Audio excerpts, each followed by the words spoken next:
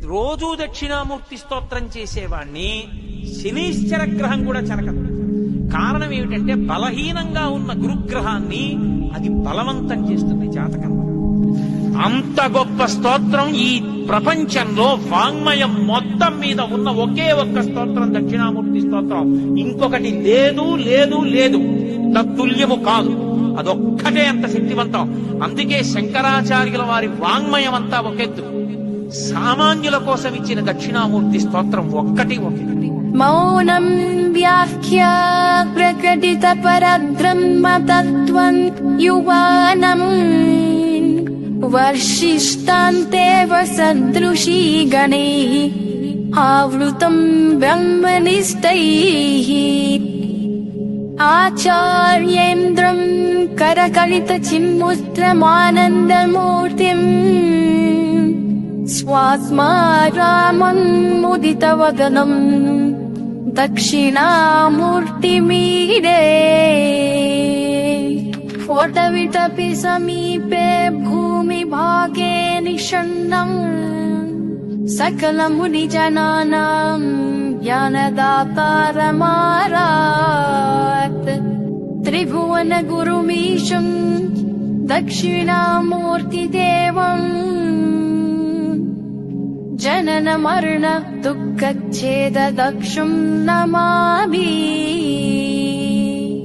చిత్రం వటతరోర్మూలే వృద్ధా శిష్యా గురుర్యువా గురోస్తు మౌనం వ్యాఖ్యానం శిష్యాస్తు ఛిన్న సంశయాః మిథయే సర్వవిద్యానాం భిషజే భవరోగిణాం గురవే సర్వలోకానాం దక్షిణామూర్తయే నమః. ఓం నమః ప్రణపార్థాయ శుద్ధ జ్ఞానైకమూర్తయే నిర్మలాయ ప్రశాంతాయ దక్షిణామూర్తయే నమః. చిద్ఘనాయ మహేశాయ వటమూలనివాసినే సచ్చిదానందరూపాయ దక్షిణామూర్తయే నమః. ఈశ్వరో గురురాత్మేతి మూర్తిభేద విభాగినే వ్యోమవద్వ్యాప్తదేహాయ దక్షిణామూర్తయే నమః. అంగుష్ఠతర్జనీ యోగముద్రా వ్యాచేన యోగినాం శ్రుత్యర్థం బ్రహ్మజీవైక్యం దర్శయన్ యోగతా శివః.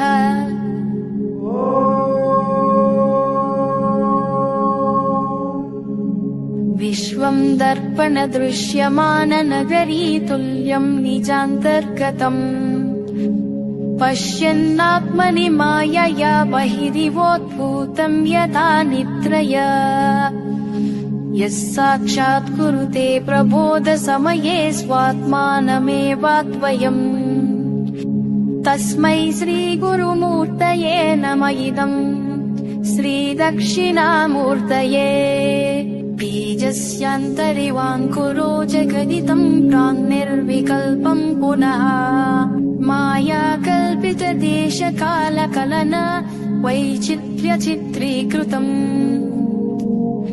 మాయావీవ విజృంభయత్యపి మహాయోగి వయత్స్వేచ్ఛయా తస్మై శ్రీ గురుమూర్తయే నమః. ఇదం శ్రీ దక్షిణామూర్తయే యస్యైవ స్ఫురణం సదాత్మకమసత్కల్పార్థకం భాసతే సాక్షాత్ తత్వమసీతి వేదవచసా యో బోధయత్యాశ్రితాం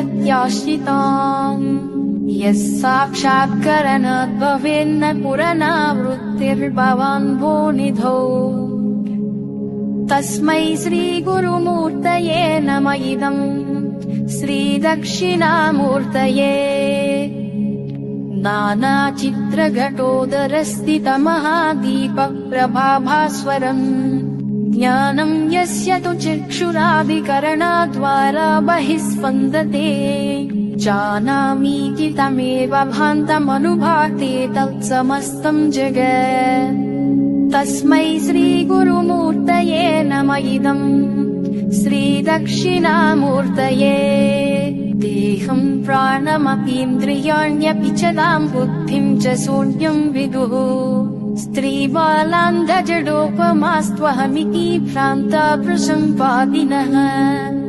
मायाशक्तिविलासकल्पितमहाव्यामोहसंहारिणे तस्मै श्रीगुरुमूर्तये नम इदम् श्रीदक्षिणामूर्तये राहुग्रस्तदिवाकरेन्दु सदृशो माया समाच्छादनात् सन्मात्राकरणोपसंहरणतो यो भूत्सुषुप्ता पुमान् रागस्वाप्समिति प्रबोधसमये यत्प्रत्यभिज्ञायते तस्मै श्रीगुरुमूर्तये नम इदम् श्रीदक्षिणामूर्तये बाल्यादिष्वपि जाग्रदादिषु तदा सर्वास्वस्थास्वपि व्यावृत्तास्वनुवर्तमानमामित्यन्तः स्फुरन्तम् सदा स्वात्मानम् प्रकटीकरोति पचताम् यो मुद्रया भद्रया तस्मै श्रीगुरुमूर्तये नम इदम् श्रीदक्षिणामूर्तये विश्वम् पश्यति कार्यकारणतया स्वस्वामि सम्बन्धतः शिष्याचार्यतया तथैव पितृपुत्राद्यात्मना भेदतः स्वप्ने जागृति वाय एष पुरुषो माया परिभ्रामितः तस्मै श्रीगुरुमूर्तये नम इदम् श्रीदक्षिणामूर्तये भोरम्भांश्च नलो निलोम्बरमहर्नादो हिमांशुपुमान् इत्याभाति चराचरात्मकमिदम् यस्यैव मूर्त्यष्टकम् नान्यत्किञ्चन विद्यते विमृशताम् यस्मात् परस्माद् विभो तस्मै श्रीगुरुमूर्तये नम इदम् श्रीदक्षिणामूर्तये सर्वात्मत्वमिति स्फुटीकृतमिदम् यस्मादमुष्मिंस्तवे तेनाश्वश्रवणाद्दर्धमननाध्यानाच्च सङ्कीर्तना सर्वात्मत्वमहाविभूतिसहितम् स्यादीश्वरत्वम् स्वतः सिद्ध्येतत्पुनरस्तदा परिणतम् चैश्वर्यमव्याहतम् అంతేకాదు దక్షిణామూర్తి స్తోత్ర వైభవం ఏమిటో తెలుసా? ఏల్నాటి శనిలో ఉన్నవాడు, శని వక్రించిన వాడు కూడా బెంగపెట్టుకోగలడు. కొన్ని కోట్ల జన్మలు తపస్సు చేస్తే వచ్చేటటువంటి జ్ఞానం ఆ శ్లోకాలు రోజు చదువుకోవడం వల్ల వస్తుంది. నే చెప్పట్లేదు, శంకరులు చెప్పేశారు ఆఖరి శ్లోకంలో.